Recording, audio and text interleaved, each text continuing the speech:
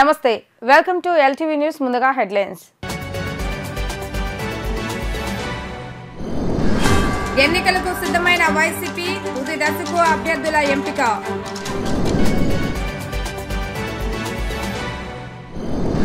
పవన్ కళ్యాణ్ సమక్షంలో జనసేనలో చేరిన వైసీపీ ఎమ్మెల్సీ వంశీకృష్ణ యాదవ్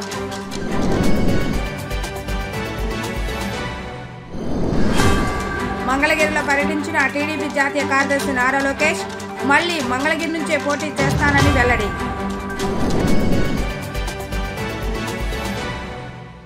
రాష్ట్రంలో రానున్న ఎన్నికల దృష్ట్యా వైఎస్ఆర్ కాంగ్రెస్ పార్టీ అందుకు తగిన కసరత్తులు చేస్తుంది. ఇందులో భాగంగా వైసీపీ అధినేత జగన్మోహన్ రెడ్డి ఆ పార్టీ ప్రాంతీయ పర్యవేక్షకులతో సమావేశాన్ని నిర్వహించారు. ఈ సమావేశంలో పలు నియోజకవర్గాల ఇన్ఛార్జీలు పార్టీ ముఖ్య నేతలు పాల్గొన్నారు. ఈ సందర్భంగా జగన్మోహన్ రెడ్డి పలు నియోజకవర్గాలకు పార్టీ ఇన్ఛార్జీలను ఖరారు చేశారు. మరికొన్ని నియోజకవర్గాలకు పార్టీ ఇన్ఛార్జీలను మార్చే యోచనలో ఉన్నట్లు తెలుస్తుంది. వైసీపీలో తుఫాన్ మొదలైందా? తెలంగాణలో అధికార మార్పిడి ఏపీ ప్రభుత్వంలో వణుకు పుట్టిస్తుందా? ఏపీలోనూ మార్పు ఖాయమనే సంకేతం అధికార పార్టీ నాయకత్వాన్ని ఆందోళనకు గురిచేస్తుందా? భారీ స్థాయిలో సిట్టింగ్స్ కు నో ఛాన్స్ అని ప్రకటించిన అధిష్టానం మంత్రుల స్థానాలకు ఎసురు పెట్టింది. ముఖ్య నేతలకు బుజ్జగింపులు, నియోజకవర్గ ఇన్ఛార్జీల మార్పు, ఎమ్మెల్యేల స్థానచలనం ఆ పార్టీలో కల్లోల పరిస్థితికి అద్దం పడుతుంది. ఓటమి భయంతో ఏం చేస్తున్నారో అర్థం కావటం లేదని ద్వితీయ శ్రేణి నాయకత్వం చర్చించుకుంటుంది.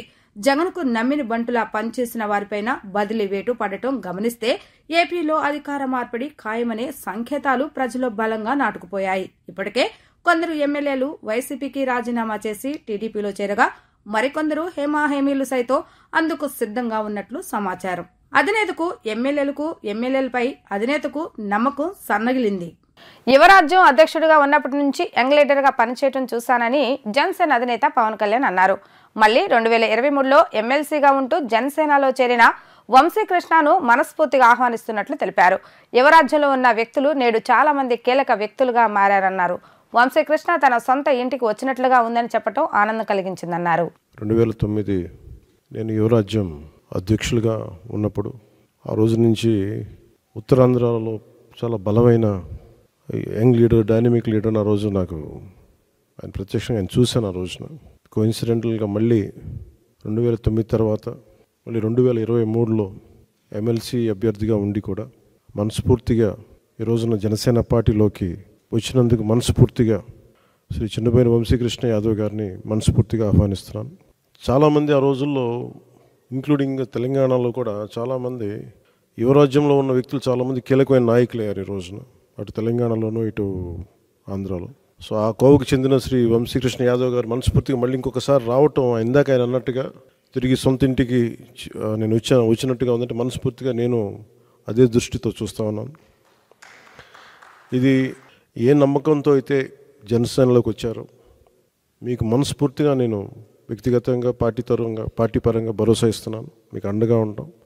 మీతో పాటు వచ్చిన మీ అందరికీ కూడా ఈ రోజున కండువాలించిన ప్రతి ఒక్కరు కూడా పేరు పేరున సో మీ అందరికీ మరోమారు మనస్ఫూర్తిగా స్వాగతం పలుకుతూ, ఏ ఉద్దేశం కోసం అయితే మీరు రాజకీయాల్లోకి వచ్చారో, ఏ ఉద్దేశం కోసం అయితే ఒక పార్టీని యువరాజ్యం తర్వాత మళ్ళీ మీరు నమ్ముకొని వైఎస్ఆర్సీపీలోకి వెళ్ళి చాలా అండగా నిలబడిపోయారు. మీరు ఇంత మాత్రం ప్రేమ నమ్మకం చూపిస్తే దానికి నేను 100 చేసేవాడిని. సో దాన్ని దృష్టిలోనే పెట్టుకోండి. జనసేన చాలా కీలకమైన పాత్ర వహించాలి భవిష్యత్తులో. ఆ కీలకమైన పాత్రలో వంశీకృష్ణ యాదవ్ గారు కూడా చాలా ముఖ్య భూమిక వహించాలి. గత 4 సంవత్సరాల 9 నెలల్లో మంగళగిరి నియోజకవర్గ ప్రజలతో మమేకమయ్యానని, సొంత నిధులతో 27 సంక్షేమ కార్యక్రమాలు అమలు చేశానని తెలుగుదేశం పార్టీ జాతీయ ప్రధాన కార్యదర్శి నారా లోకేష్ అన్నారు. మళ్లీ మంగళగిరి నుంచే పోటీ చేయాలనుకుంటున్నావా అని చంద్రబాబు నాయుడు అడిగారని, మంగళగిరి ప్రజలు నాలో కసిపించారని, తగ్గేదే లేదని చెప్పానని లోకేష్ స్పష్టం చేశారు. మంగళగిరి నియోజకవర్గ విస్తృత స్థాయి సమావేశంలో నారా లోకేష్ ప్రసంగించారు. గతంలో గ్రామానికి తిరిగి చేనేతలు, స్వర్ణకారులు, బీసీలు, దళితులు, ఎస్టీలు, మైనార్టీల సమస్యలు తెలుసుకున్నానని అన్నారు. యువగలం యాత్రలో అనేక సమస్యలు విన్నప్పుడు నాకు మంగళగిరి గుర్తు వచ్చేదన్నారు. వారు చెప్పే సమస్యలన్నీ తాను మంగళగిరిలోనే తెలుసుకున్నానని చెప్పారు. 2019లో గతంలో టీడీపీ ఎన్నడూ గెలవని మంగళగిరి నియోజకవర్గంలో పోటీ చేశారని, ప్రజలు దయచూపలేదన్నారు. ఆనాడు లోకేష్ ఏమిటో ప్రజలు తెలుసుకోలేకపోయారని వారన్నారు. ఓడిన నియోజకవర్గాన్ని వీడలేదు అని ఆయన అన్నారు. ఓడినప్పుడు చాలా మంది నన్ను ఎగతాళి చేశారన్నారు. మళ్లీ మంగళగిరి నుంచే పోటీ చేయాలనుకుంటున్నావా అని చంద్రబాబు నాయుడు అడిగారని, మంగళగిరిలోని ప్రజలు నాలో కసి పెంచారని, తగ్గేదే లేదని చెప్పానని లోకేష్ అన్నారు. ప్రభుత్వం పెళ్లి కానుక ఎత్తేస్తే మనం పెళ్లి కానుక ఇస్తున్నాం. పేద ప్రజలకి స్వయం ఉపాధి కల్పించేదానికి తోపుడు బండ్లు ఇస్తున్నాం. ఇంకా మహిళలు సొంత కాళ్ళపై నిలబడడానికి స్త్రీ శక్తి పేరుతో టైలరింగ్ గాని బ్యూటీషియన్ కోర్సులు ఇచ్చి మెషిన్లు కూడా అందజేసిన పార్టీ తెలుగుదేశం పార్టీ. ఎన్టీఆర్ సంజీవని పేరుతో మండలాలకు ఒక బండి, పట్టణాలకు వచ్చే క్లినిక్ ఏర్పాటు చేసి ఉచితంగా మందులు కూడా మనం ఇస్తున్నాం. ఇంకా యువ పేరుతో నిరుద్యోగ యువతకి సాఫ్ట్వేర్ ట్రైనింగ్లు ఇచ్చి ఉద్యోగాలు కల్పిస్తున్నాం. దివ్యాంగులకి ట్రైసైకిల్స్, రజక సోదరులకి ఇస్త్రీ బండ్లు, స్వర్ణకారులకి ఏకంగా ఒక సంక్షేమ సంఘం ఏర్పాటు చేశాం. ఈ ప్రభుత్వం కనీసం గుంటలు పూడ్చబోతే ఆ గుండెలు కూడా పూడ్చిన పార్టీ తెలుగుదేశం పార్టీ. అంటే వర్షాకాలం వస్తే రోడ్ల సమస్య ఉంటే గ్రావెల్ రోడ్లు కూడా మనం వేసాం. కోవిడ్ వచ్చినప్పుడు కూడా వైద్య సహాయం ఆనాడు మనం అందజేశాం. ఆర్ఎంపీ సోదరులకి కిట్లు ఏర్పాటు చేశాం. ఇంకా మంగళగిరి పరిస్థితి ఎలా ఉందో ఒక్కసారి మంగళగిరి ప్రజలందరూ ఆలోచించాల. అంతేకాదు మంగళగిరి నియోజకవర్గానికి ప్రత్యేక నిధులు కేటాయించి మంగళగిరి నియోజకవర్గాన్ని అభివృద్ధి చేస్తున్నారు. అది చేయలేదు. ఇంకా ఏకంగా ఆర్కే గారే జగన్ పని అయిపోయిందని చెప్పే పరిస్థితికి ఈ ప్రభుత్వం దిగజారిపోయింది. ఒక మాటలో చెప్పాలంటే ఈ వైకాపా ప్రభుత్వం మంగళగిరి ప్రజల్ని మోసం చేసింది. కానీ మంగళగిరి ప్రజలు నేను హామీ ఇస్తున్నా, మంగళగిరిని నా మనసులో పెట్టుకుని అభివృద్ధి చేసే బాధ్యత వ్యక్తిగతంగా నేను తీసుకుంటాను. గత 4 సంవత్సరాలు 9 నెలలుగా మీరు ఎదుర్కొంటున్న సమస్యలు నేరుగా నేను చూశాను. కష్టకాలంలో మీకు నేను అండగా నిలబడ్డాను. మంగళగిరి నియోజకవర్గానికి ఒక మాస్టర్ ప్లాన్ కూడా మేము రూపొందించాం. మంగళగిరి నియోజకవర్గంలో ఉన్న నిరుపేద కుటుంబాలకి ఇల్లు కట్టించి అందజేసే బాధ్యత నేను తీసుకుంటాను. రెండోది, మన నియోజకవర్గంలో ఎస్ఐడ్ భూములు, ప్రభుత్వ భూములు, ఇరిగేషన్ భూములు, ఎండోమెంట్ భూముల్లో దశాబ్దాలుగా ఇల్లు కట్టుకుని నివసిస్తున్న వాళ్ళు ఉన్నారు. ఎన్నికల ముందల ఆ భూములన్నీ రెగ్యులరైజ్ చేస్తారని హామీ ఇచ్చి మాట తప్పింది ఈ ప్రభుత్వం. వాళ్ళు కూడా పిలిపిస్తున్నా, ఇక్కడ పసుపు జెండా ఎగరేయండి. మన ప్రభుత్వ అధికారంలోకి వచ్చిన మొదటి 2 సంవత్సరాలు అది రెగ్యులరైజ్ చేసే బాధ్యత మేము తీసుకుంటాం. ఇంకా తిట్కో ఇల్లు పరిస్థితులు మనం చూసాం. వాళ్ళకి మౌలిక సదుపాయాలు కల్పించే బాధ్యత మేము తీసుకుంటాం. ఇంకా U1 జోన్ రైతులకి ఎమ్మెల్యే గారు అనేక హామీలు ఇచ్చి ఇప్పుడు టోపీ పెట్టి ఆయన పారిపోయాడు. ఆ U1 జోన్ ని కూడా రెగ్యులరైజ్ చేసే బాధ్యత మనం తీసుకుంటామని ఈ సభాముఖంగా తెలుపుతున్నాం. రాష్ట్ర వ్యాప్తంగా ఉన్న స్వర్ణకారులందరూ అనేక ఇబ్బందులు ఎదుర్కొంటున్నారు. వాళ్ళకి ప్రత్యేక కార్పొరేషన్ ఏర్పాటు చేస్తానని పాదయాత్రలు నేను ఇప్పటికీ హామీ ఇచ్చా. ఇంకా నియోజకవర్గంలో రోడ్ల పరిస్థితులు నాకన్నా మీకే బాగా తెలుసు. కనీసం ఒక ఫ్లైఓవర్ గాని అండర్ పాస్ ఈ ప్రభుత్వం వేసే పరిస్థితులు లేదు. అది ఏర్పాటు చేసే బాధ్యత మనం తీసుకుంటాం. ఉప కులాల వారిగా మన నియోజకవర్గంలో కమ్యూనిటీ భవనాలు కడతాం. శ్మశానాల్లో కూడా అభివృద్ధి చేయాల్సిన బాధ్యత మనకుంది. తప్పనిసరిగా స్థలం కేటాయించి అన్ని గ్రామాల్లో శ్మశానాలు కూడా ఏర్పాటు చేసే బాధ్యత మన ప్రభుత్వం తీసుకుంటుందని ఈ సభాముఖంగా హామీ ఇస్తున్నాం. ఎప్పుడు లేని విధంగా క్లస్టర్, యూనిట్, బూత్ వ్యవస్థ మనం ఏర్పాటు చేసుకున్నాం. ఈ వ్యవస్థ ద్వారా ప్రతి ఓట్, ప్రతి క్షణం మనం మానిటర్ చేయాల్సిన అవసరం ఉంది. ఇది మనందరం సీరియస్ గా తీసుకోవాలి. కానీ ప్రతి గడప తొక్కాల్సిన బాధ్యత మనందరి పైన. ప్రతిపక్షంలోనే ఇంత అద్భుతమైన కార్యక్రమాలు మనం చేశాం అంటే ఇంకా 5 సంవత్సరాల అధికారంలో మంగళగిరి రూపురేఖలు ఎలా మార్చొచ్చో ప్రజలకి వివరించాలని ఈ సభాముఖంగా తెలుపుకుంటూ జగన్ రెడ్డి ఎంత మోసగాడో ఎంత పచ్చి అబద్ధాలకోరో ప్రజలకు తెలియజేయటానికే ఈ పుస్తకం తీసుకొచ్చామని టీడీపీ రాష్ట్ర అధ్యక్షులు అచ్చెన్నాయుడు వెల్లడించారు. జగన్ రెడ్డి మోసాలను ప్రతి ఇంటికి ప్రతి వ్యక్తికి తెలియజేస్తామని స్పష్టం చేశారు. త్వరలోనే పార్లమెంటు స్థానాల వారీగా భారీ బహిరంగ సభలు నిర్వహించి జగన్ రెడ్డి వంచనను ప్రజలకు అర్థమయ్యేలా వివరిస్తామని తెలిపారు. మంగళగిరిలో టీడీపీ ప్రధాన కార్యాలయంలో టీడీపీ అగ్రనేతలు సీఎం జగన్పై ఆరోపణలతో కూడిన ఓ పుస్తకాన్ని ఆవిష్కరించారు. నవరత్నాలు మేనిఫెస్టో జగన్ రెడ్డి పాదయాత్ర హామీలో అమలు 85% ఫెయిల్ అనే 50 పేజీల పుస్తకాన్ని టీడీపీ రాష్ట్ర అధ్యక్షులు అచ్చెన్నాయుడు ఇతర టీడీపీ ముఖ్య నేతలు ఆవిష్కరించారు. ఈ సందర్భంగా టీడీపీ రాష్ట్ర అధ్యక్షులు అచ్చెన్నాయుడు మాట్లాడుతూ సాక్షి దినపత్రిక, సాక్షి టీవీ ప్రచారం చేసిన జగన్ రెడ్డి హామీలన్నీ జనం ముందు ఉంచుతామని పేర్కొన్నారు. పచ్చి అబద్దాలు, మోసాలకు నిలువెత్తు ప్రతిరూపం జగన్ రెడ్డి అని ప్రజలకు తెలియచేయాలని తెలిపారు. తెలుగుదేశం పార్టీ చంద్రబాబు నాయుడు ప్రజలకు ఇచ్చిన హామీలు ఏవీ నెరవేర్చలేదని ప్రతిపక్ష నేతగా గగ్గోలు పెట్టిన జగన్మోహన్ రెడ్డి తాను అధికారంలోకి రాకముందు ఎన్ని హామీలు ఇచ్చి ముఖ్యమంత్రి అయ్యాక ఎన్ని నెరవేర్చాడో ప్రజలు తెలుసుకోవాలని అన్నారు. తన మేనిఫెస్టో బైబిల్తో సమానమని చెప్పుకునే జగన్ రెడ్డి మేనిఫెస్టోలోని అంశాలు ఎందుకు అమలు చేయలేదో ప్రజలకు సమాధానం చెప్పవలసిందే అని డిమాండ్ చేశారు. మాట మీద నిలబడుకుంటే పదవికి రాజీనామా చేయాలని గతంలో ప్రగల్భాలు పలికిన జగన్ రెడ్డి ప్రజలకిచ్చిన హామీలు అసలు అమలు చేయనందుకు లెంపలేసుకుని తప్పొప్పుకొని తక్షణమే తన ముఖ్యమంత్రి పదవికి రాజీనామా చేయాలని ఆయన డిమాండ్ చేశారు. ఆంధ్రప్రదేశ్ ప్రజలారా, ఇదేదో రాజకీయం గురించో ఎలక్షన్ల గురించో తప్పుడు సమాచారం జగన్మోహన్ రెడ్డి లాగా తెలుగుదేశం పార్టీ ఆధారాలు లేకుంటే ఏది ఇవ్వదు. నువ్విచ్చినటువంటి 730 హామీలు మేనిఫెస్టోలో ఎన్ని ఇచ్చావు, ఎన్ని చేశావు? ఎంత తెలివైన వాడంటే 730 హామీలు ఇచ్చాడు. ఎలక్షన్లో నవరత్నాలని చెప్పి ఈ బిల్లు ఇచ్చాడు. ఇది మడిచి పెట్టుకోండి ప్రజలారా. ఈ బిల్ల చూపించి ఇది నాకు ఒక బైబిలు, ఈ బిల్లను చూడండి, ఇందులో ఇవే హామీలు ఇచ్చానని చెప్పి ఈ బిల్లను చూపించి మడిచి పెట్టుకోండి ప్రజలారని మన చెవిట్లో పువ్వులు పెడుతున్నాడు. కాదని చెప్పు, నీకు ధైర్యం ఉంటే ఈ బుక్ అందుబాటులో పెడతాం. అచ్చెన్నాయుడు, నువ్వు బుక్లో పెట్టావు ఫలానా ఊర్లో ఈ హామీ నేను ఇచ్చానని, నేను ఇవ్వలేదు, ఎక్కడ నువ్వు నిరూపించగలవంటే ఇదిగో నీ సాక్షిలోనే వచ్చింది వాయిస్, ఈ వాయిస్ నీకే పంపిస్తాం. ఈ రకంగా మోసం చేసి దగా చేసి నేను 99.5% బాటా రేట్లాగా అమలు చేసామని చెప్తుంటే ప్రజలంత అమాయకులా? అర్థం చేసుకోరా?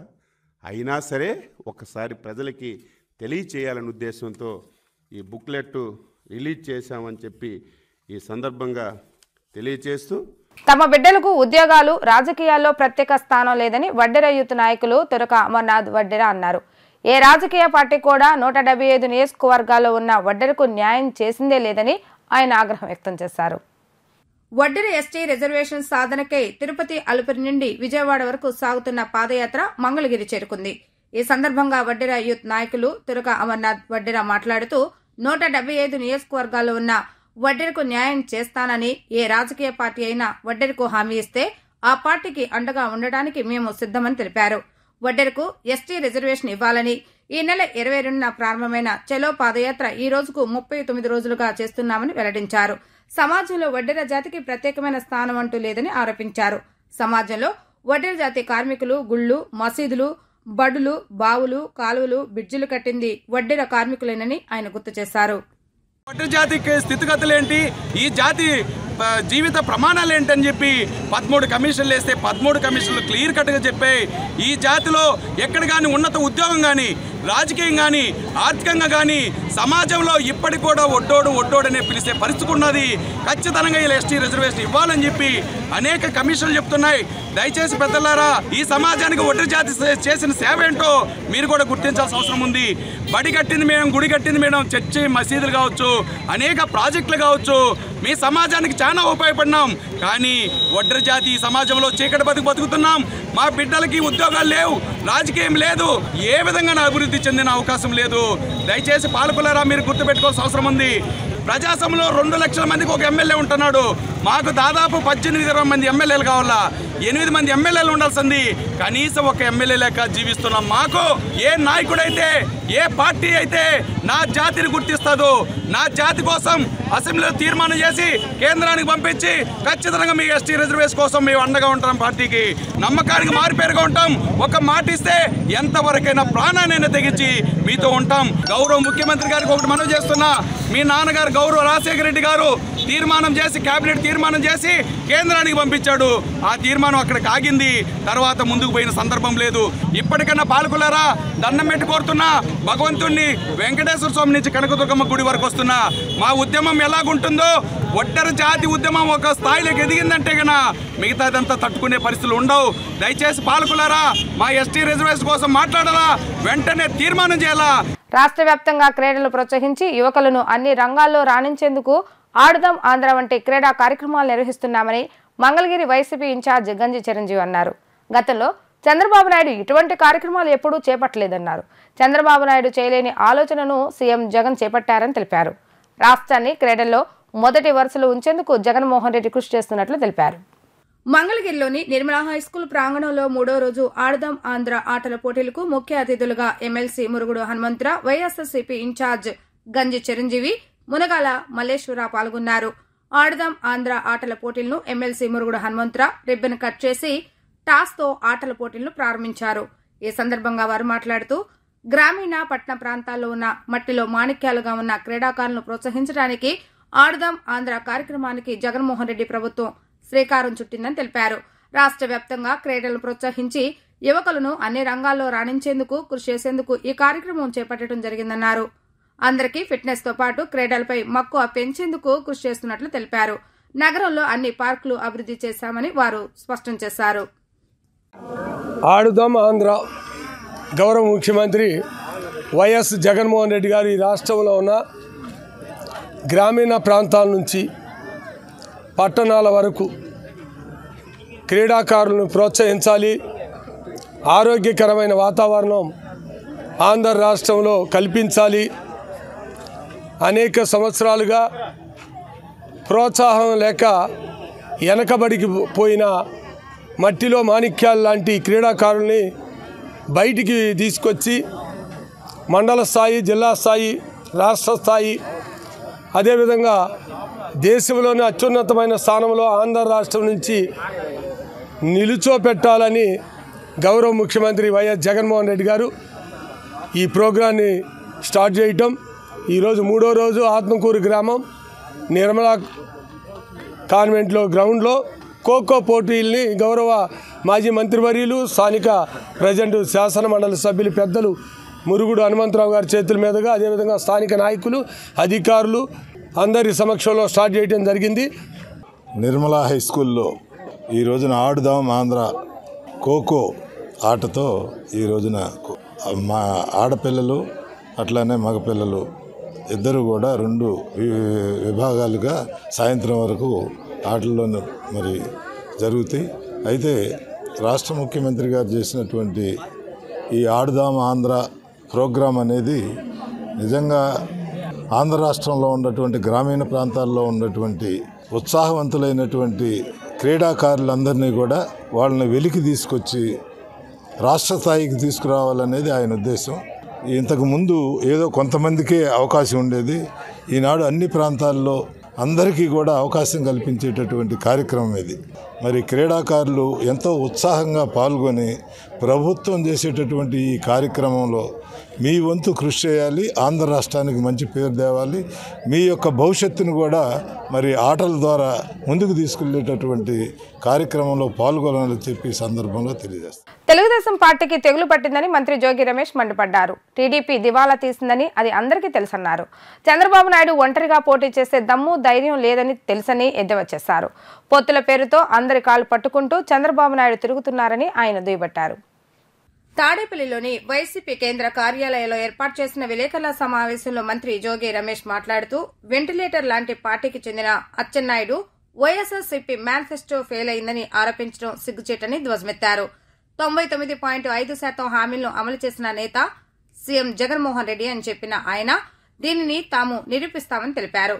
మేనిఫెస్టోపై చర్చకు వచ్చే దమ్ముందా అని ప్రశ్నించారు. టీడీపీ 2014 నాటి మేనిఫెస్టో, వైఎస్ఆర్సీపీ 2019 నాటి మేనిఫెస్టో మీద చర్చకు రాగలరా అని ప్రశ్నించారు. మేనిఫెస్టో అంటే తనకు బైబిల్, ఖురాన్, భగవద్గీతలతో సమానమని తెలిపారు. మేనిఫెస్టో అమలు చేశాం కాబట్టే ధైర్యంగా ప్రతి ఇంటికి వెళ్లి మళ్లీ ఓటు అడగగలుగుతున్నామన్నారు. చరిత్రలో ఎవరైనా ఎన్నికల తర్వాత ఇలా ఇంటికి వెళ్లి అమలు చేసిన కార్యక్రమాల గురించి చెప్పారా అని ప్రశ్నించారు. చంద్రబాబు నాయుడు లాగా మేనిఫెస్టోను నెట్ నుంచి తొలగించలేదని దుయ్యబట్టారు. మేనిఫెస్టోని చించి శనక్కాయల పొట్లాలుగా మార్చలేదని మండిపడ్డారు. 2014 మేనిఫెస్టోలోనే అమలు చేయలేదు కాబట్టే చంద్రబాబు నాయుడును జనం చిత్తుచిత్తుగా ఓడించారని గుర్తు చేశారు. 2019 నుంచి ఇప్పటి వరకు అంటే 4 సంవత్సరాల కాలంలో ఏం చేశామో దమ్ముగా ధైర్యంగా గడపకెళ్ళాం. ఆ అక్కకి, ఆ చెల్లెమ్మకి, ఆ అమ్మకి చెప్తూ 8 నెలల 7 నెలల సంవత్సరం నుంచి తిరుగుతూ ఉన్నాం. గ్రామాల్లో తిరుగుతున్నాం, ప్రతి గడపకి వెళ్తా ఉన్నాం. భారతదేశ చరిత్ర చూసుకోండి, 28 రాష్ట్రాల్లో చాలా మంది ముఖ్యమంత్రులు ఉంటారు. కానీ చరిత్ర పుటల్లో ఏ శాసనసభ్యుడైనా ప్రతి గడపకి కూడా వెళ్ళి ఎన్నికలైన తర్వాత ఇదిగో అమ్మఒడి, ఇదిగో చెయ్యత్, ఇదిగో ఆసరా, ఇదిగో కాపు నేస్తం, ఇదిగో పెన్షన్, ఇదిగో ఇళ్ల స్థలం ఇచ్చాం, ఇల్లు కట్టించాం, పిల్లలకి చదువులు చెప్పించాం, 1 కాదు 2 కాదు, ఇన్ని రకాల పథకాలని మీ గడపకి చేర్చాడు గౌరవ ముఖ్యమంత్రి జగన్మోహన్ రెడ్డి గారని చెప్పే దమ్ము ధైర్యం మాకు మనసుంది కాబట్టి, మాకు ప్రేమ ఉంది కాబట్టి, ఆ ప్రేమతో మేము ఆ గడపకి వెళుతున్నాం కాబట్టి ఈ రాష్ట్రంలో ఉన్న అక్క, చెల్లి అందరూ కూడా, అవ్వ, తాత అందరూ కూడా ప్రేమతో జగన్మోహన్ రెడ్డి గారిని గుండెల్లో పెట్టుకుని మా బిడ్డ జగన్, మా అన్నయ్య జగన్ అన్న అని చెప్పేసి ప్రతి ఒక్కళ్ళు కూడా ఆదరిస్తున్న పరిస్థితులు. ఈరోజు ఈ ముత్తైదులందరూ కలిసి మేనిఫెస్టో ఫెయిల్ అయిందంట. ఏం ఫెయిల్ అయిందో చచ్చిపోయినాడు. 85% ఫెయిల్ అని చెప్పావే, రమ్మని అడుగుతా ఉన్నా. ఎక్కడికి రమ్మంటావు చెప్పమని అడుగుతా ఉన్నా. మీలాగా మోసం చేయటం కాదు, మీలాగా మేనిఫెస్టోని తీసి దిండు కింద పెట్టుకొని పడుకోవటం కాదు. ఈరోజు మేనిఫెస్టోని అమలు చేశాం కాబట్టి, రాష్ట్రం మొత్తం కూడా ఒక్క తాటి మీదకి వచ్చారు కాబట్టి, బీసీ, ఎస్సీ, ఎస్టీ, మైనార్టీ, అగ్రకుల పేదలందరూ కూడా జగన్మోహన్ రెడ్డి గారు ఆయన మాకిస్తున్న లబ్ధి, ప్రతి గడపలో ఉన్న అక్క చెల్లెళ్ళు, అన్నతమ్ములు సంతోషంగా ఉన్నారని చెప్పేసి వాళ్ళు ఎంతో ఆనందపడుతూ ఉంటే, మేనిఫెస్టో అమలు చేశాం కాబట్టి, హామీలు నెరవేర్చాం కాబట్టి మరలా వైఎస్ఆర్ కాంగ్రెస్ పార్టీ రేపు జరిగే ఎన్నికల్లో 175 సీట్లలో గెలవబోతా ఉన్నాం. వై నాట్ 175 అనే దిశగా అడుగులు వేస్తా ఉన్నాం. ఈరోజు దిక్కు దివాణా లేని తెలుగుదేశం పార్టీ, ఆ నాయకుడికి కనీసం నాది గ్యారంటీ అని చెప్పి చెప్తా ఉన్నావే, గ్యారంటీ లేని నాయకుడు ఎవరైనా ఉన్నారంటే చంద్రబాబు నాయుడు. ప్రతి గడపలో వాళ్ళ ఆర్థిక స్థితిగతులు మెరుగుపడ్డాయి అంటే జగన్మోహన్ రెడ్డి గారు. నచ్చిన వాళ్ళకి ఇచ్చి నచ్చని వాళ్ళని పక్కన పెట్టే ఉద్దేశం జగన్మోహన్ రెడ్డి గారికి లేదు. 5 కోట్ల మందిని ఒకే విధంగా చూస్తా ఉన్నాడు. జగన్మోహన్ రెడ్డి గారి పరిపాలన స్వర్ణయుగం ఆంధ్రప్రదేశ్ రాష్ట్రానికి ఉంది కాబట్టే, ప్రజలు మెచ్చారు కాబట్టే మరలా 1 side war YSR Congress party వైపే ప్రజలంతా ఉన్నారు. తెలుగుదేశం పార్టీ, జనసేన పార్టీ, చంద్రబాబు నాయుడు, పవన్ కళ్యాణ్ వగైరా వగైరా వగైరా ఎంతమంది కలిసి వచ్చినా వీళ్ళని చాప దిండు చుట్టి ఆంధ్రప్రదేశ్ ప్రజలందరూ కూడా 5 కోట్ల మంది ప్రజలందరూ కూడా హైదరాబాద్కి ఈ 5 కోట్ల మంది ప్రజలు పార్సిల్ చేయబోతా ఉన్నారు. వివాదాస్పద దర్శకుడు రామ్ గోపాల్ వర్మపై అమరావతి ఉద్యమ నేత కొలికిపూడి శ్రీనివాసరావు చేసిన వ్యాఖ్యలు దుమారం రేపుతున్నాయి. సమాజానికి కంటకంగా మారిన రామ్ గోపాల్ వర్మ తలను నరికి తెచ్చిన వారికి ₹1 కోటి నజరానా చెల్లిస్తానంటూ శ్రీనివాస్ వ్యాఖ్యలపై రామ్ గోపాల్ వర్మ తీవ్ర స్థాయిలో స్పందించారు. ఓ టీవీ డిబేటింగ్ లో వెలువడిన వెంటనే ఆర్జీవీ ఏపీ పోలీసులకు అధికారికంగా ఆన్లైన్లో ఫిర్యాదు చేశారు. ఈ విషయాన్ని ఆయన ఎక్స్ ద్వారా వెల్లడించారు. అంతటితో ఆగని వర్మ నేరుగా డీజీపీని కలిసి ఫిర్యాదు చేశారు. నిర్మాత దాసరి కిరణ్ కుమార్ తో కలిసి మంగళగిరిలోని పోలీస్ ప్రధాన కార్యాలయానికి వచ్చిన రామ్ గోపాల్ వర్మ డీజీపీ కేవీ రాజేంద్రనాథ్ రెడ్డిని కలిసి రాతపూర్వకంగా ఫిర్యాదు చేశారు. తనను చంపేందుకు ₹1 కోటి ఆఫర్ ప్రకటించిన కొలికిపూడి శ్రీనివాసరావుపై, ఆయనను రెచ్చగొట్టేలా మాట్లాడిన యాంకర్ సాంబశివరావుపై చట్టపరమైన చర్యలు తీసుకోవాలని కోరారు. డీజీపీని కలిసిన అనంతరం మీడియాతో మాట్లాడుతూ, కొలికిపూడి నా తల తెస్తే ₹1 కోటి ఇస్తానన్నారు. నన్ను చంపడానికి టీవీ లైవ్లో డైరెక్ట్గా ఒక కాంట్రాక్ట్ ఇచ్చారని యాంకర్ సాంబశివరావు వద్దన్నా కొలికిపూడి అదే మాట 3 సార్లు అన్నారన్నారు. సాంబశివరావు కొలికిపూడి ముందే కుమ్మక్కై ఇలా మాట్లాడారని, ఇతని వ్యాఖ్యల వల్లే వేరే వాళ్లు ఇన్స్పైర్ అయ్యే అవకాశం ఉందని ఆ టీవీ ఛానల్లో వచ్చింది కాబట్టి ఛానల్ ఎండీకి ఈ కుట్రలో భాగస్వామ్యం ఉందని ఆరోపించారు. వారిపై చర్యలు తీసుకోవాలని డీజీపీకి ఫిర్యాదు చేసినట్లు వెల్లడించారు. కొలికిపూడి ఈ వ్యాఖ్యలు చేసి 24 గంటలు గడిచినా చంద్రబాబు నాయుడు, లోకేష్, పవన్ కళ్యాణ్ ఖండించలేదని, వ్యూహం సినిమాకు తెలుగుదేశం భయపడుతుందని, వ్యూహం సినిమాతో టీడీపీ నేతలు గుమ్మడికాయల దొంగ ఎవరు అంటే భుజాలు తడుపుకుంటున్నారని వ్యాఖ్యానించారు. టీడీపీకి సంబంధించిన ఒక మనిషి గిలుకుపూడి శ్రీనివాసరావు ఉంది అతని పేరు. అతను నన్ను చంపిన హెడ్ కట్ చేసి తీసుకొస్తే ₹1 కోటి ఇస్తానని కాంట్రాక్ట్ ఇచ్చాడు. అది ఆ TV5 సాంబశివరావు నివారిస్తున్నట్టు నటిస్తానే 3 సార్లు తనతో రిపీట్ చేయించాడు. అంటే దాని అర్థం ఏంటంటే వాళ్ళిద్దరూ కుమ్ముక్కై ముందే ప్లాన్ చేసుకున్నట్టు క్లియర్గా అర్థమవుతుంది. దాని తర్వాత కంటిన్యూ చేశాడు డిస్కషన్. దాన్ని బట్టి కూడా అది ప్రూవ్ అవుతుంది. ఇంకా ఛానల్లో ఇలాంటి వ్యక్తులను పెట్టి ఇలాంటి ప్రసారాలు చేయిస్తానంటే 100% ఛానల్ ఓనర్ బిఆర్ నాయుడు గారు కూడా దాంట్లో కాన్స్పిరసీలో చేయి ఉందనేది నా బిలీఫ్. దాని సందర్భంగా అది ఆ కంప్లైంట్ ఇవ్వడానికి నేను వచ్చాను ఇక్కడ డీజీపీ గారి దగ్గరికి. నేను దాసరి కిరణ్ కుమార్ మీ ఇద్దరం కంప్లైంట్ హ్యాండ్ ఓవర్ చేసాం. దానికి అప్రాప్రియేట్ యాక్షన్ వాళ్ళు దాంట్లో ఉన్న అన్ని పరిశీలించి వాళ్ళు తీసుకుంటారు. ఇప్పుడు ఆల్రెడీ తను సోషల్ మీడియాలో నేను చేస్తాను అంటే నేను చెయ్యి అన్నట్టు చెప్తున్నాడు. మీకు మర్డర్ చేయటం కన్నా వేరే వాళ్ళని ఇన్స్పైర్ చేస్తున్నారు. మీరు కిరాయి హంతకులా వీళ్ళ డబ్బులు ఇస్తే ఎవరు చేస్తారు? కిరాయి హంతకులు చేస్తారు. వాడిని చంపితే ఇంత డబ్బులు ఇస్తాను అని ఎంతమంది ఎక్కడెక్కడ ఎలా ఇన్స్పైర్ అవుతారో అని మనకు ఎట్లా తెలుస్తుంది? సో అలాంటిది మీరు టీవీలో చెప్పించడం కానీ చెప్పడానికి అవకాశం ఇవ్వటం అనేది మేజర్ క్రైమ్ అనేది మా ఉద్దేశం. అది కంప్లైంట్ దాని గురించి. పొద్దున్న లెగిస్తే లోకేష్ జగన్ సైకో, జగన్ బాబాని చంపేశాడు, జగన్ అది చేశాడు అని పొద్దున్న లెగిస్తే వాళ్ళు మాట్లాడేదే వేరే వాళ్ళని విమర్శించడం లేకపోతే ఎలిగేషన్స్ చేయటం. అలాంటిది వ్యూహం సినిమాలో ఏదో చూపించేస్తున్నానని వాళ్ళు ఊహించుకుని వాళ్ళు చేసేదే నేను చేస్తున్నాను చెప్పడానికి వాళ్ళకి అసలు ఏ విధంగా రైట్ ఉంది అనేది బిగ్గర్ క్వశ్చన్. అది వ్యూహం అనే సినిమా ఒక పొలిటికల్ కామెంట్, అది పొలిటికల్ ఒపీనియన్ నాది. దేశంలో ప్రతి ఒక్కరికి ఉన్నట్టే మీరు తెల్లారు లేస్తే మీరు డిబేట్లో మాట్లాడచ్చు, న్యూస్ పేపర్లో రాయొచ్చు, లేకపోతే బుక్ రాయొచ్చు, న్యూస్ పేపర్లో కాలం చేయొచ్చు, ఒకళ్ళిద్దరితో మాట్లాడుకోవచ్చు, ట్వీట్ పెట్టచ్చు, అలాగే సినిమా తీయచ్చు. అన్నీ కూడా మాధ్యమాలు. కంటెంట్ అనేది ఎక్స్ప్రెస్ చేయడానికి నాకే కాదు ఎవరికైనా రైట్ ఉంటుంది. అదే నేను చేస్తున్నాను. శ్రీనివాసరావు అనే అతను నిన్న రాత్రి అన్నాడు, ఇప్పుడు ఆల్రెడీ 24 hours అయిపోయింది.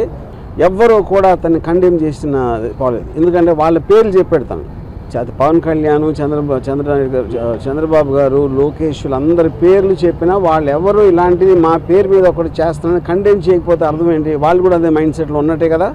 అంగన్వాడీ కార్యకర్తలు, పారిశుద్ధ కార్మికులు, వాలంటీర్ల సమ్మె సైరన్ మోగించిన ప్రభుత్వం వారి సమస్యలను ఏమాత్రం పట్టించుకోవడం లేదని టీడీపీ రాష్ట్ర డ్వాక్రా సాధికార విభాగాల అధ్యక్షురాలు ఆచంట సునీత మండిపడ్డారు. రాష్ట్రంలో అంగన్వాడీ కార్యకర్తలు 16 రోజులుగా సమ్మె చేస్తున్న అధికార పార్టీ నేతలు చూసి చూడనట్లుగా వ్యవహరిస్తున్నారన్నారు. సీఎం జగన్ ప్రతిపక్ష నేతగా ఉన్నప్పుడు తెలంగాణ రాష్ట్రం వారి కంటే ఎక్కువ వేతనం చెల్లిస్తామని వారిని నమ్మించి మోసం చేశారని ఆమె ఆరోపించారు. టీడీపీ కేంద్ర కార్యాలయంలో ఏర్పాటు చేసిన విలేకరుల సమావేశంలో టీడీపీ రాష్ట్ర డ్వాక్రా సాధికార విభాగాల అధ్యక్షురాలు ఆచంట సునీత మాట్లాడుతూ అధికార నేతలు అంగన్వాడీ కార్యకర్తలతో నామమాత్రంగా చర్చలు జరిపారని వ్యాఖ్యానించారు. అంగన్వాడీ కార్యకర్తలతో చర్చలు జరిపి వారికి ఏ హామీ ఇచ్చారని ప్రశ్నించారు. అంగన్వాడీ కార్యకర్తల సమ్మె గత 2 వారాలుగా జరుగుతున్నా ముఖ్యమంత్రి జగన్ ఎందుకు స్పందించడం లేదని ధ్వజమెత్తారు. గత ప్రభుత్వ హయాంలో అంగన్వాడీ కార్యకర్తల వేతనాలు 4,500 నుంచి 10,500 పెంచారని గుర్తు చేశారు. ప్రభుత్వ అధికార పార్టీ ₹1,000 పెంచి సీఎం జగన్ గొప్పలు చెప్తున్నారని ఉద్ఘాటించారు. రానున్న ఎన్నికల్లో టీడీపీ అధికార పగ్గాలు చేపట్టిన అనంతరం అంగన్వాడీ కార్యకర్తల డిమాండ్లను నెరవేరుస్తుందని ఆమె హామీ ఇచ్చారు. రాష్ట్ర వ్యాప్తంగా 1,05,000 మంది అంగన్వాడీ వర్కర్సు, హెల్పర్సు బయటికొచ్చి ఏదైతే జగన్మోహన్ రెడ్డి గారి ప్రభుత్వం అధికారంలో రాకముందు రకరకాల హామీలు ఇచ్చి పాదయాత్రలో నేను అధికారంలోకి వచ్చిన వెంటనే అంగన్వాడీ అక్క చెల్లెమ్మలకు జీతాలు పెంచుతాను, తెలంగాణ కన్నా ఎక్కువ జీతాలు ఇస్తాను అని చెప్పి మోసపు మాటలు చెప్పి అబద్ధపు మాటలు చెప్పి అధికారంలోకి వచ్చి ఈ 4.5 సంవత్సరాల కాలంలో ఏ ఒక్కరోజు కూడా అంగన్వాడీ అక్క చెల్లెమ్మల సమస్యల గురించి కానీ వారికి రావాల్సినటువంటి పెండింగ్ బిల్స్ గురించి కానీ చర్చించినటువంటి పరిస్థితి లేదు. రాష్ట్ర వ్యాప్తంగా 16 రోజుల నుంచి ఇంత పెద్ద ఎత్తున 1,00,000 మంది పైన ఈరోజు వచ్చి రోడ్డు మీదకి వచ్చేసి నిరసనలు తెలియజేస్తూ ఉంటే ఈ కళ్ళుండి చూడలేనటువంటి ముఖ్యమంత్రి జగన్మోహన్ రెడ్డి గారు ఎక్కడున్నారు? తాడేపల్లి ప్యాలెస్లో దాక్కొని. మాకు అర్థం కావట్లా. కనీస స్పందన లేదు ముఖ్యమంత్రి గారికి. ఇంత పెద్ద ఎత్తున నిరసనలు చేస్తూ ఉంటే కనీసం కళ్ళుండి చూడలేని పరిస్థితిలో ఈ ముఖ్యమంత్రి ఉన్నాడు అంటే ఇంతకన్నా దుర్మార్గమైనటువంటి విషయం ఇంకొకటి ఉండదు. ఈరోజు చూస్తే ప్రతి వర్గం అంతే. అంగన్వాడీలు వచ్చారు, ఈరోజు పారిశుద్ధ కార్మికులు, అలాగే చూసినట్లయితే మిడ్ డే మీల్స్ వర్కర్స్, అలాగే ఆశా వర్కర్లు, అలాగే నిన్న తన సొంత సైన్యంలా పెట్టుకున్నటువంటి వాలంటీర్లు, ఇట్లా ప్రతి ఒక్క వర్గము రోడ్డు మీదకి వచ్చేసి 4 లక్షల పైచిలకు ఏదైతే మా డిమాండ్స్ నెరవేర్చాలి, మాకు పెంచుతానన్న జీతాలు పెంచాలి అని చెప్పేసి వాళ్ళు నిరసనలు తెలియజేస్తూ ఉంటే కనీసం ఈ ముఖ్యమంత్రికి బాధ్యత ఉందా అండి? నిన్న చర్చల పేరుతో అంగన్వాడీ వర్కర్స్ని పిలిపించుకొని చర్చల పేరుతో అర్ధరాత్రి పూట బొత్స సత్యనారాయణ గారు, సకల శాఖ మంత్రి సజ్జల రామకృష్ణారెడ్డి గారు ఏమి వాళ్ళకి హామీ ఇచ్చారు? చర్చలకు పిలిచిన ప్రతిసారి సాధ్యపడదు, కుదరదు, తర్వాత చూద్దాము. ఇంకెప్పుడుందండి సమయం? అంటే 4.5 సంవత్సరాల కాలంలో చెయ్యండి, ఇంకెప్పుడు చేస్తారు? సంక్రాంతి తర్వాత చూద్దాం, లేకపోతే ఎలక్షన్ అయిపోయిన తర్వాత చూద్దాం. ఎలక్షన్ అయిపోయిన తర్వాత మీరు వచ్చేది ఉందా, సచ్చేది ఉందా? ఎవరు మిమ్మల్ని నమ్ముతూ ఉంటారు? తప్పకుండా మేము ఒక్కటే హామీ ఇస్తున్నాం అంగన్వాడీ అక్క చెల్లెమ్మలకి, ఒక్క 3 నెలల ఓపిక పట్టండి అమ్మ, తప్పకుండా తెలుగుదేశం పార్టీ మీకు అండగా ఉంటుంది. గత ప్రభుత్వంలో కూడా చంద్రబాబు నాయుడు గారు చేసిన సంక్షేమమే అంగన్వాడీలకి తప్ప ఈరోజు చేసింది ఏమీ లేదు. కాబట్టి మీ యొక్క న్యాయబద్ధమైనటువంటి డిమాండ్స్ని కానీ మీ కోరికలను కానీ అవన్నీ కూడా పరిగణలో తీసుకొని వచ్చేది తెలుగుదేశం పార్టీ, మళ్ళీ ముఖ్యమంత్రిగా చంద్రబాబు నాయుడు గారు అవుతారు. తప్పకుండా మీ సమస్యలు పరిష్కరిస్తారు. వార్తలు ముగించే ముందు హెడ్లైన్స్ మరొకసారి. ఎన్నికలకు సిద్ధమైన వైసీపీ, తుది దశకు అభ్యర్థుల ఎంపిక.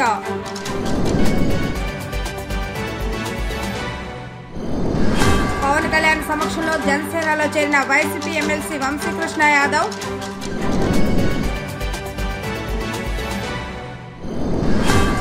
మంగళగిరిలో పర్యటించిన టీడీపీ జాతీయ కార్యదర్శి నారా లోకేష్ మళ్లీ మంగళగిరి నుంచే పోటీ చేస్తానని వెల్లడి.